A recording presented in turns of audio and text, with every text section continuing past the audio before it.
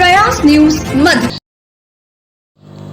हमारे देश के लोकप्रिय प्रधानमंत्री हमेशा कहते हैं संवाद ये बहुत ज़रूरी है, इन्फॉर्मेशन ये बहुत ज़रूरी है। जनता के पास भी, समाज के पास भी, नेताओं के पास भी। नेताओं के द्वारा दी गई इन्फॉर्मेशन और समाज की इन्फॉर्मेशन नेता तक, प्रशासनिक अधिकारियों तक पहुंचना चाहिए।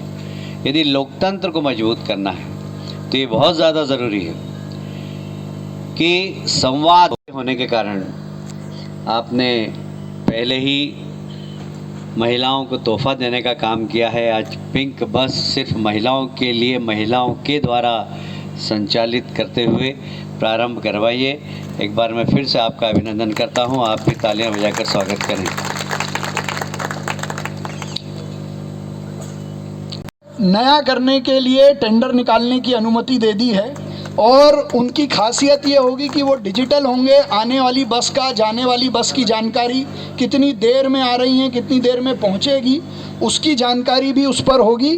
और दूसरा, अभी 3 दिन पहले आपने कैबिनेट में पूरे मध्य प्रदेश में और विशेषकर इंदौर में 150 इलेक्ट्रॉनिक बसेस देने का जो कहा था, उसकी तैयारी करने की दृष्टि से भी हमने अपनी तैयारी करने का टेंडर निकाल कर उनको कैसे संचालित करेंगे उसका भी प्रस्ताव किया है। तो दोनों ही दृष्टि से ट्रांसपोर्टेशन में इंदौर वैसे भी ई मोबिलिटी में, ग्रीन मोबिलिटी में, उसके ट्रांसपोर्टेशन में देश में नंबर 1 है और आगे भी ये ऐसे बना रहे। इसमें आपका मार्गदर्शन और मदद तो हमको हमेशा लगेगी ही। तो ये 2 बड़े निर्णय भी आज हमने किए हैं। मुझे विश्वास है कि अटल रेडियो जिस उद्देश्य से शुरू हुआ है वो उसको पूरा करेगा। आपने हमको बहुत अल्प आग्रह पर इसके लिए समय दिया, उसके लिए मैं आपका धन्यवाद देता हूँ।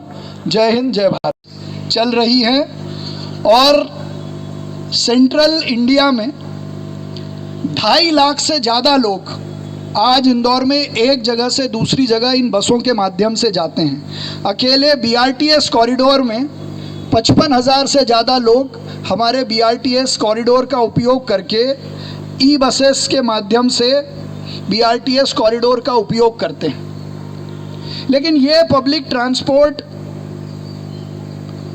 शहर की भावनाओं को और आगे ले जाए, इसलिए आवश्यक ये था कि बदलते समय में नितिन गडकरी जी ने जो इस देश के लिए विजन दिया है वो तो और एक कदम हाइड्रोजन पे गाड़ी चलाने की बात कर रहे हैं और मुझे विश्वास है इंदौर उस काम को ज़रूर करेगा।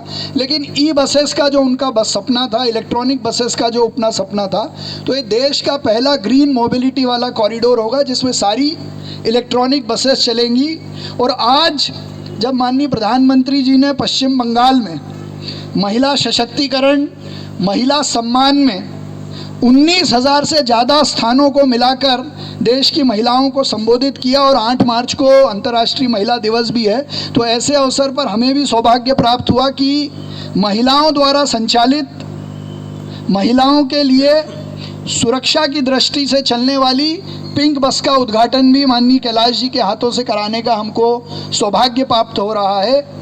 लेकिन इस सब के ऊपर जनता का संवाद, जनता के लिए संदेश देने का काम एक नवाचार के रूप में अटल रेडियो के माध्यम से इंदौर कर रहा है। तो भारत सरकार का, मध्य प्रदेश सरकार का, इंदौर का कोई विषय हो जो सीधे जनता तक पहुंचाना हो, किसी वार्ड में कोई योजना हो, इंदौर शहर की कोई योजना हो, तो अब चंद सेकंडों में इन बसेस के माध्यम से एक बार में 2.5 लाख लोगों तक पहुंच सकती है।